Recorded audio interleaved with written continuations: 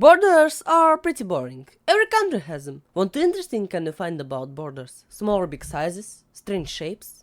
Or exclaves, territories of a country that are not connected to the mainland while still being part of a country? Maybe. This all seems fascinating, but there's a country that puts all of this phenomena to shame, and the name of the country is Belgium. At first, Belgium seems like a normal European country with normal European borders. But if you delve into the details, the borders will become stranger and stranger and stranger. Meet Barley-Nassau, a town in the Netherlands which seems normal at first, but if you look at the borders, it turns out that part of the town is an exclave of Belgium called Barley-Hertog. And that is not the strangest thing. Exclaves are somewhat common, and sharing a town between two countries is even more common. Even sharing a town between a country and an exclave is not unique to Barley-Nassau. But this place is interesting in the way it's shared between two countries. It makes no sense. I can only imagine how they decided to share the town this way.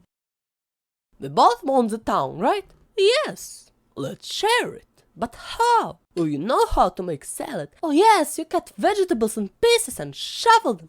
So let's do the same with the town. Oh, that's a great idea, Belgium. Let's go, Netherlands. So in the thought we have the Netherlands inside of Belgium inside of the Netherlands. Or this factory that has yet to decide is it in Belgium or in the Netherlands. Or this Belgian field inside of the Netherlands. Imagine being a farmer who works here. Such sharing creates a ton of problems for people who live here. For example, if the house is on the border, which country should have? This is where the door rule comes in. This rule states, if the entrance to the house is in the Netherlands, house belongs to the Netherlands, and same with Belgium. But there's a second problem. How to understand which country owns the house, because house in Belgium and house in the Netherlands looks kinda the same? The solution is simple. Two countries has different house number style. But there's a third problem. House numbering changes between countries, so there can be two houses with the same addresses but in different countries. And if the house has a door right on the border, it gets two addresses and even two doorbells for two countries. And if you, for example, live on Molenstraat 4 in Barley-Hertog and you want to send a letter for a friend who lives down the street on Molenstraat 4 in Barley-Nassau, you have to put your letter in Dutch postbox, because otherwise it will go to Brussels, then to Amsterdam, and only then it will go to Barley-Nassau. At that point, I think you'll understand that it would be easier to just go and give the letter to your friend by yourself.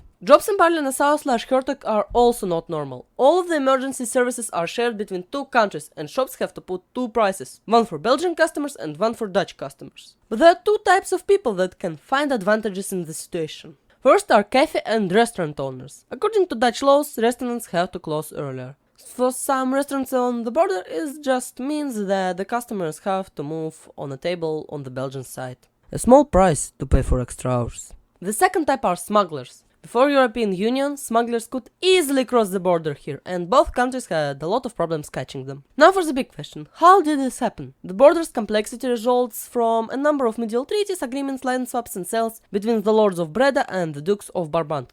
In 1843, when borders between Belgium and the Netherlands were settled, these two said that these strange borders should be settled as they are today. And everyone are okay with these borders, because even when there was an attempt to delete the exclaves, it was voted against by both Belgium and the Netherlands. Now, if that was the only thing that is strange about Belgium, this country would already be interesting, but Belgium has like plus 100 when it comes to having strange borders. Meet Van Ban, a 7-meter wide bicycle road that belongs to Belgium but located in Germany? That means that you can travel in Germany without leaving Belgium. Great slogan for marketing campaign. And that also means that Germany now has 5 exclaves created by Van Ban, the smallest one only having one house. Does that mean that when the guy who lives there goes to the shop and back he smuggles goods? The origin of this border is slightly more complicated than the previous one. It all starts in 1885 when the railway from Aachen to Monschau called Van Ban was opened. Oh, a familiar name. It was just a normal railroad and it belonged to Germany, but then World War I happened, Germany lost the war and also lost a lot of territories. Some of the territories were given to Belgium, and then something like this happened.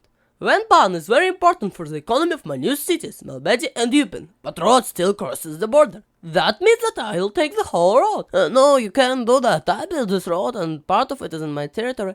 How about I do anyway? So they argued until in 1924 Iran agreed that Belgium should take the road. Then World War II happened, but nothing really changed. Then Belgium decided that Van Ban will not work with German railway station, and from that point the railroad slowly started to die. Until in 2001 it was closed completely. Then it was abandoned until 2007 when Belgium decided that Venpan will be turned into a bicycle road. But old railroads past isn't forgotten. There's a small railroad line that is used by rail bikes as a tourist attraction, so don't forget to visit Germany without leaving Belgium. Now on rail bike. So this is the end of the video. Leave a like, subscribe, and I'll see you next time. Goodbye.